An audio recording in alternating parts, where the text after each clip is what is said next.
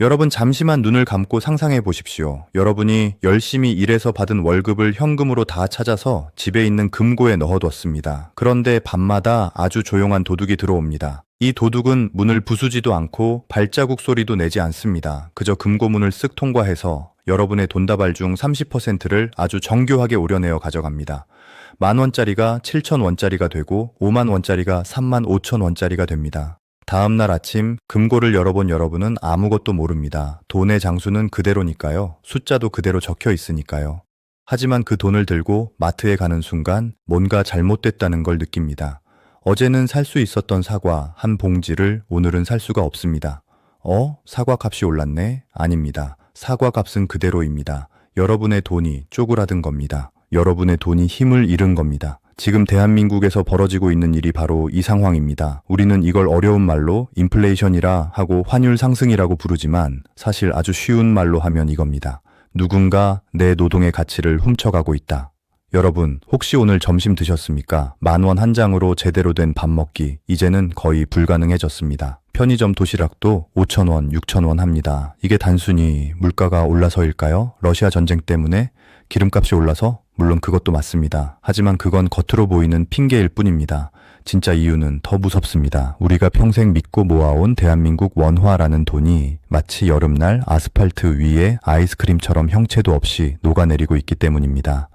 제가 오늘 여러분께 드릴 말씀은 단순한 재테크 이야기가 아닙니다. 여러분의 생존에 대한 이야기입니다. 열심히 일하면 잘 살 수 있다는 말, 거짓말입니다. 저축만이 살 길이라는 말, 지금 시대엔 가장 위험한 도박입니다. 왜 성실한 김 부장님은 점점 가난해지고 왜 빚내서 집산박 과장은 부자가 되는지 그 불편하고 잔인한 진실을 지금부터 아주 낱낱이 파헤쳐 드리겠습니다. 이 영상을 끝까지 보지 않으신다면 여러분은 내일 아침에도 그 투명한 도둑에게 소중한 연봉의 30%를 털리게 될 겁니다. 자, 그러면 도대체 누가 우리 돈을 훔쳐가는 걸까요? 범인은 바로 환율이라는 녀석입니다. 뉴스를 틀면 앵커가 심각한 표정으로 말합니다. 오늘 원달러 환율이 1,400원을 돌파했습니다. 이 말을 들으면 대부분은 이렇게 생각합니다. 해외여행 갈 때 비싸겠네. 나는 미국 주식 안 하니까 상관없어. 우리 같은 서민이랑 환율이 무슨 상관이야. 정말 그럴까요? 제가 아주 섬뜩한 비유를 하나 들어드리겠습니다. 대한민국이라는 나라는 거대한 산소통 하나에 의지해서 숨을 쉬는 잠수함입니다. 우리가 쓰는 전기, 우리가 먹는 밀가루, 우리가 입는 옷, 우리가 타는 차의 기름, 이 모든 게 다 어디서 올까요? 전부 외국에서 사옵니다. 그런데 외국은 우리 돈 원화를 안 받습니다. 오직 달러만 받습니다.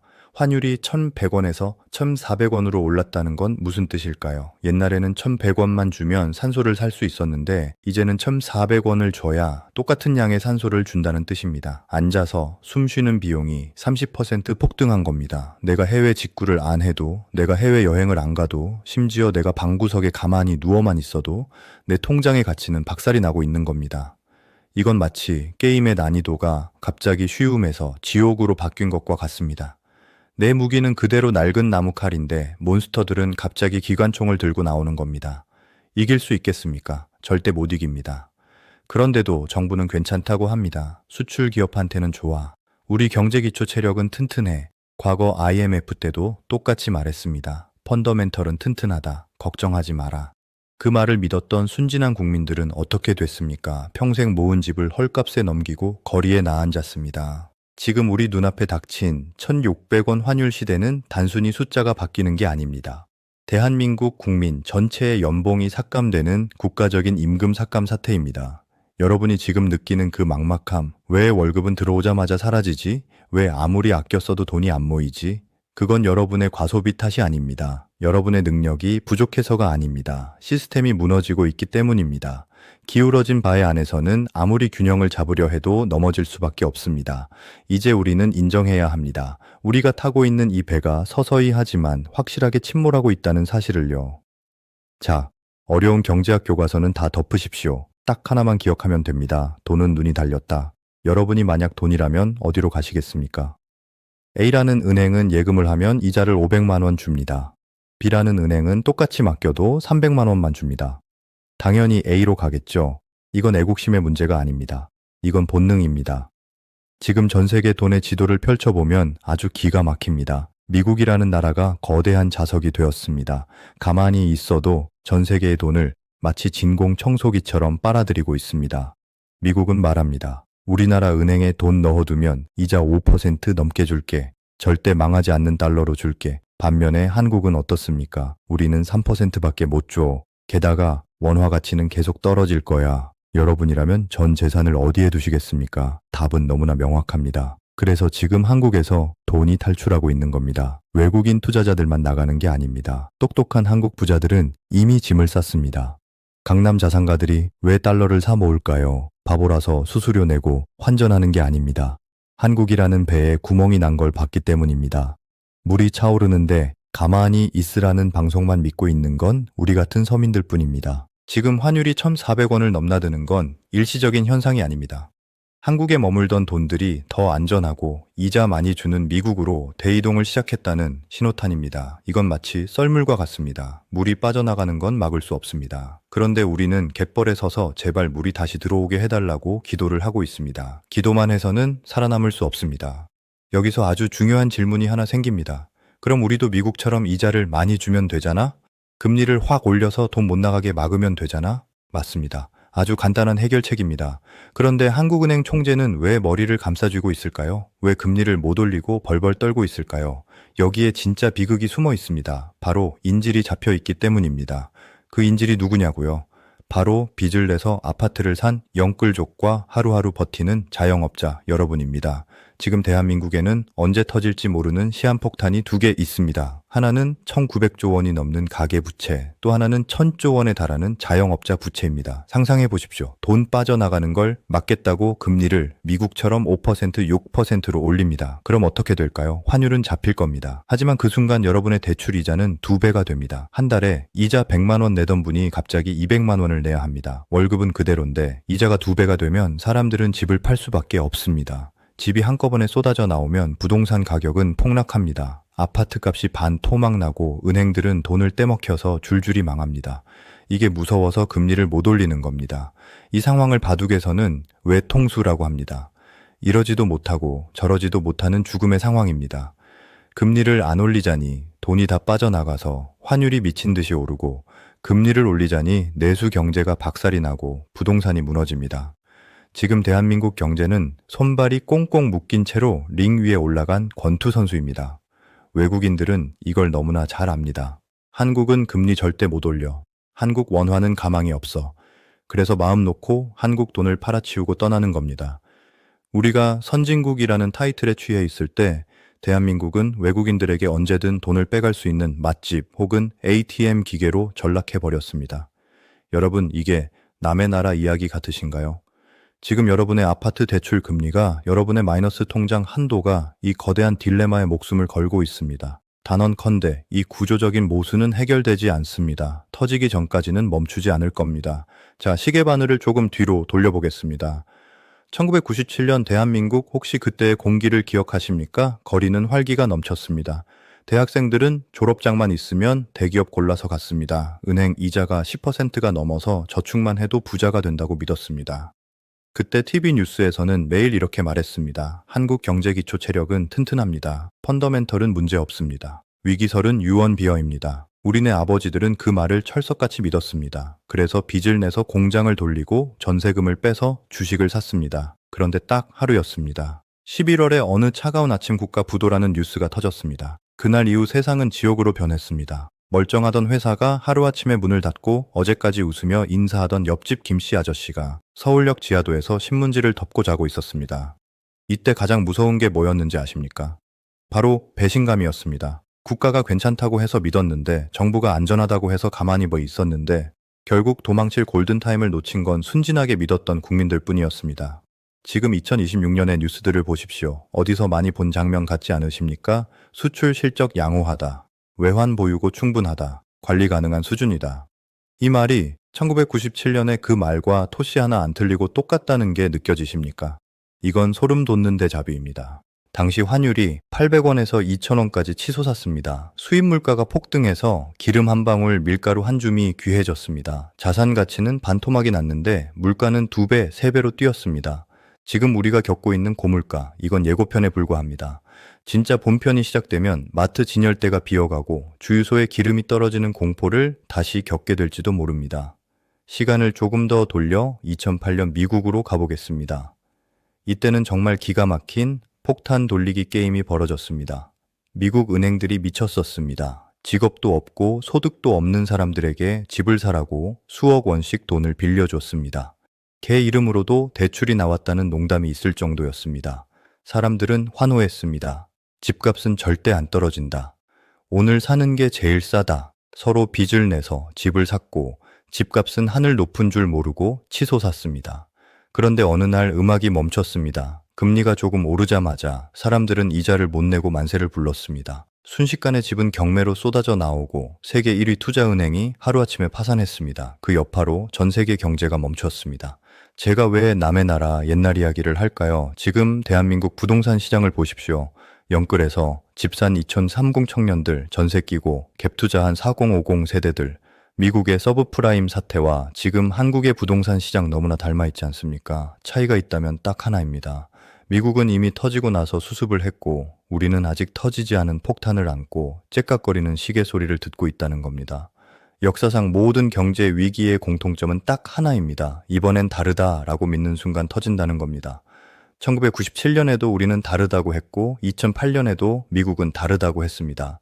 그리고 지금 2026년 우리는 또 설마 한국이 망하겠어 라고 합니다. 하지만 기억하십시오. 위기는 예고하고 찾아오지 않습니다. 마치 도둑처럼 우리가 가장 안심하고 잠든 새벽에 현관문을 부수고 들어옵니다. 과거의 데이터를 보면 알 수 있습니다. 환율이 1,400원을 넘고 가계빚이 임계점을 넘은 나라치고 무사히 넘어간 나라는 지구상에 단 한 곳도 없습니다. 지금 울리고 있는 이 경고음은 그냥 시끄러운 소음이 아닙니다. 빨리 구명보트를 준비하라는 마지막 대피 신호입니다. 자, 이제 눈을 감고 2026년의 어느 날 아침을 상상해 보십시오. 준비 없이 이 파도를 맞이한 김 부장의 하루입니다. 아침에 일어나 뉴스를 틉니다. 앵커가 다급한 목소리로 외칩니다. 원달러 환율이 1,700원을 돌파했습니다. 외국인들이 한국 주식을 역대 최대 규모로 팔아치우고 있습니다. 김 부장은 덜컥 겁이 납니다. 주식 어플을 켜보니 파란색 숫자가 비처럼 쏟아집니다. 마이너스 40%, 마이너스 50%, 삼성전자도 현대차도 속절없이 무너져 있습니다. 회사에 출근했더니 분위기가 싸합니다. 사장님이 긴급 회의를 소집합니다. 환율 때문에 원자재 가격이 감당이 안 됩니다. 죄송하지만 이번 달부터 월급 20% 삭감하겠습니다. 싫으면 나가셔도 좋습니다. 기가 막힙니다. 물가는 올라서 점심값은 15,000원이 됐는데 월급은 오히려 깎였습니다. 그런데 진짜 재앙은 오후에 찾아옵니다. 은행에서 문자가 옵니다. 고객님 대출 금리가 변동되었습니다. 기존 4.5%에서 8.5%로 인상됩니다. 한국은행이 환율 잡겠다고 금리를 올린 겁니다. 한 달에 200만 원 내던 이자가 갑자기 380만 원이 됐습니다. 월급은 줄었는데 이자는 2배라니요? 김 부장은 급하게 집을 내놓으려 부동산에 전화를 겁니다. 사장님, 아파트 좀 빨리 팔아주세요. 그런데 부동산 사장님의 대답이 절망적입니다. 김 부장님, 지금 매물이 100개도 넘게 쌓여 있어요. 아무도 집을 안 사요. 급매로 3억 낮춰도 안 팔립니다. 팔리지도 않는 집을 안고 매달 400만 원씩 은행에 갖다 바쳐야 합니다. 아이들 학원비는커녕 당장 카드값 막을 돈도 없습니다. 결국 김 부장은 평생 모은 집을 경매로 넘기고 가족들과 함께 월세방을 알아보러 다닙니다. 그는 억울해서 소리칩니다. 나는 열심히 일한 죄밖에 없는데 왜 이러냐고. 하지만 아무도 들어주지 않습니다. 이게 바로 준비하지 않은 자가 겪게 될 시스템 붕괴의 민낯입니다. 하지만 바로 옆집에 사는 이 과장의 하루는 정반대입니다. 그는 김 부장과 똑같은 연봉을 받고 똑같은 아파트에 살았습니다. 하지만 딱 하나, 그는 제 말을 듣고 미리 준비를 했습니다. 환율이 1,700원을 돌파했다는 뉴스를 보고 이 과장은 조용히 미소를 짓습니다. 그는 자산의 절반을 이미 달러와 미국 국채로 바꿔뒀기 때문입니다. 남들의 돈인 원화 가치가 40% 폭락할 때 그가 가진 달러 자산의 가치는 가만히 있어도 40%가 폭등했습니다. 주식시장이 박살이 났다고요. 이 과장은 오히려 기뻐합니다. 드디어 박앤세일이 시작됐구나. 모두가 공포에 질려 삼성전자를 4만 원에 던질 때 그는 불어난 달러를 다시 원화로 바꿔서 헐값에 우량주를 줍기 시작합니다. 부동산 시장도 마찬가지입니다. 김 부장이 울며 겨자 먹기로 내놓은 금매 아파트. 경매로 쏟아져 나온 반값 아파트들, 이 과장에게는 쇼핑 리스트일 뿐입니다. 남들은 이자를 못 내서 파산할 때 그는 현금을 들고 가장 좋은 물건을 골라서 삽니다. 위기가 끝나고 나면 어떻게 될까요? 김 부장은 중산층에서 빈민층으로 추락했지만 이 과장은 중산층에서 자산가로 신분이 상승해 있습니다. 이것이 바로 자본주의의 잔인한 법칙, 부의 대이동입니다. 여러분, 경제 위기는 누군가에게는 지옥이지만 준비된 누군가에게는 인생을 바꿀 단 한 번의 기회입니다. 역사상 모든 부자는 바로 이런 위기 속에서 탄생했습니다. 지금 이 순간 여러분은 김 부장이 되시겠습니까? 아니면 이 과장이 되시겠습니까? 선택은 정부가 해주는 게 아닙니다. 바로 여러분의 손가락 끝에 달려 있습니다. 자, 그럼 도대체 어떻게 준비해야 하냐고요? 지금 당장 뭘 사야 하고 뭘 팔아야 하냐고요? 뜬구름 잡는 소리 말고 당장 내일 은행 가서 뭘 해야 하는지 제가 아주 구체적으로 떠먹여 드리겠습니다. 이제 마지막 결론만 남았습니다. 여러분의 운명을 가를 행동 강령입니다. 자, 여러분, 이제 2026년 1월의 찬바람을 맞으며 우리는 무엇을 해야 할까요? 방구석에서 나라 탓하고 정부 욕한다고 내 계좌에 돈이 돌아올까요? 절대 돌아오지 않습니다. 지금부터 제가 말씀드리는 건 투자가 아닙니다. 전쟁터에서 살아남기 위한 생존 키트 챙기는 법입니다. 종이와 펜을 꺼내서 딱 3가지만 적으십시오. 첫 번째, 원화 탈출은 선택이 아니라 필수입니다. 아직도 은행 예금에 전 재산을 넣어두고 이자가 3%니 4%니 따지는 건 불난집에서 동전 줍는 짓이나 다름없습니다. 당장 증권사 앱을 켜십시오. 그리고 검색창에 S&P 500을 치십시오. 미국의 500개 우량 기업에 투자하는 상품입니다. 이걸 사라는 게 단순히 주식 투자를 하라는 게 아닙니다. 여러분의 자산을 원화라는 구멍 난배에서 달러라는 튼튼한 항공모함으로 옮겨 타라는 뜻입니다. 환율이 1,700원을 가든 2,000원을 가든 미국 자산을 가지고 있으면 여러분의 구매력은 보호받습니다. 이건 투기가 아니라 방어입니다. 두 번째, ISA 계좌라는 방패를 만드십시오. 정부가 유일하게 허락한 합법적인 탈세 주머니입니다. 여기서 발생한 수익은 세금을 거의 떼지 않습니다. 지금 같은 고물가 시대에 세금 15.4%를 아낀다는 건 확정 수익률 15%를 먹고 들어가는 것과 같습니다. 이 좋은 걸 안 하는 건 돈을 길바닥에 버리는 것과 똑같습니다. 당장 내일 은행이든 증권사든 달려가서 만드십시오. 세 번째, 금을 조금이라도 사두십시오. 종이돈의 가치가 휴지 조각이 될 때 유일하게 믿을 수 있는 건 인류 역사 5,000년 동안 변하지 않은 진짜 돈 금뿐입니다. 많이 살 필요도 없습니다. 자산의 딱 10%만 금으로 바꿔두십시오. 이건 여러분의 자산이 완전히 붕괴하는 걸 막아주는 최후의 안전벨트가 될 겁니다. 복잡하게 생각하지 마십시오. 원화를 버리고 달러 자산 미국 지수를 산다. 세금 안 내는 ISA 계좌에서 산다. 최악을 대비해 금을 섞는다. 이 간단한 원칙을 지킨 사람과 그냥 멍하니 뉴스만 본 사람의 2027년은 하늘과 땅 차이일 겁니다. 영상을 마치며 마지막으로 꼭 드리고 싶은 말씀이 있습니다. 경제 위기라는 말 너무 무겁고 무섭게 들리실 겁니다. 하지만 역사를 보면 모든 부의 추월차선은 위기 때 열렸습니다. 1997년 IMF 때 모두가 망했다고 할 때 누군가는 헐값이 든 삼성전자를 샀고 누군가는 강남 아파트를 주워 담았습니다. 2008년 금융위기 때 모두가 주식시장 끝났다고 할 때 누군가는 애플을 샀고 아마존을 샀습니다. 지금 2026년 1월 여러분의 눈앞에 펼쳐진 이 혼란스러운 상황, 이건 재앙일까요? 아니면 기회일까요? 그 답은 여러분의 선택에 달려 있습니다. 김 부장처럼 설마 하다가 파도에 휩쓸려 사라질 것인지, 아니면 이 과장처럼 파도에 올라타서 더 높은 곳으로 갈 것인지 결정할 시간은 바로 지금입니다. 두려워하지 마십시오. 제가 오늘 드린 이 생존 지도만 손에 쥐고 있다면 여러분은 반드시 살아남을 수 있습니다. 아니, 살아남는 것을 넘어 더 부자가 되어 있을 겁니다. 여러분의 소중한 자산을 지키는 길, 그 외롭고 험난한 길에 제가 끝까지 함께 하겠습니다.